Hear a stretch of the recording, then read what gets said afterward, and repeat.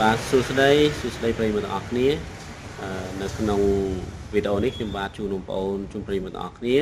នៅចំណុចមួយក្នុង Telegram ដែលប្រិយមិត្តទាំងអស់គ្នាដែលប្រើប្រាស់កុំព្យូទ័រណាហើយ font Telegram មានទំហំតូចទោះបីបងប្អូនតម្លើងពុំអក្សរទៅកែនៅក្នុង registry យ៉ាងណាក៏នៅតែតូចដែរអញ្ចឹងខ្ញុំមានដំណោះស្រាយមួយឥឡូវយើងទៅមើលបងប្អូនគ្នាថាតើដំណោះស្រាយនោះគឺធ្វើម៉េចដើម្បីឲ្យពុំអក្សរក្នុង Telegram បានធំបាទអញ្ចឹងពេលដែល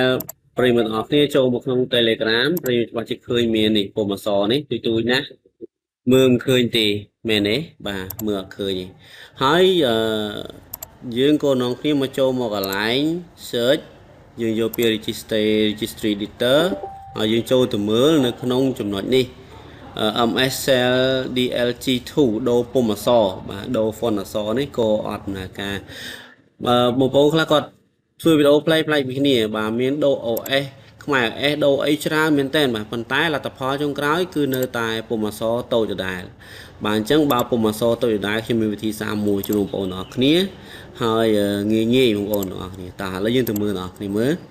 អញ្ចឹងទីមួយយើងចូលទៅកន្លែង ត្រេ3នៅខាងឆ្វេងដៃនេះបាទក្នុងកុំព្យូទ័របងប្អូនណាចុចលើវាហើយបងប្អូនអូសមកកន្លែងsetting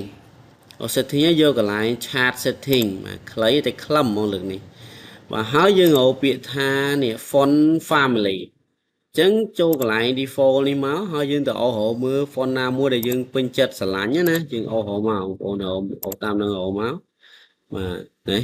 គឺមាន font ច្រើនមែនតើយើងខំមើលតឡើងមកក៏ភ្លុះខ្ញុំយូរនិយាយពីចាប់ font ឡើងបែកផ្សែងដល់ពេលលទ្ធផលចុងក្រោយមកនៅណាកន្លែង match ចេះអញ្ចឹងក៏ធ្វើវីដេអូចែកជូនបងប្អូនទាំងអស់គ្នាកុំឲ្យបានអញ្ចឹងខ្ញុំចាប់ផ្ដើមមកមើល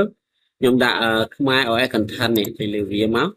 នេះខ្មែរ OS content ណាហើយខ្ញុំ save ពេលនេះវាទាយើង restart Telegram អញ្ចឹងចុច Telegram restart ទៅវា restart ខ្លួនឯង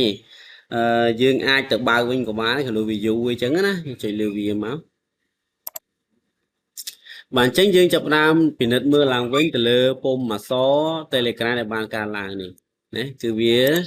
មានទ្រង់ទ្រាយធំបែបនេះបាទអញ្ចឹងអត់បាញ់ញ៉ៃប្រិយមិត្តទាំងអស់គ្នាគឺងាយស្រួលសម្រាប់2025 Telegram update មកដូរពុំអក្សរអញ្ចឹងហ្មងស្អាតស្រួលប្រើ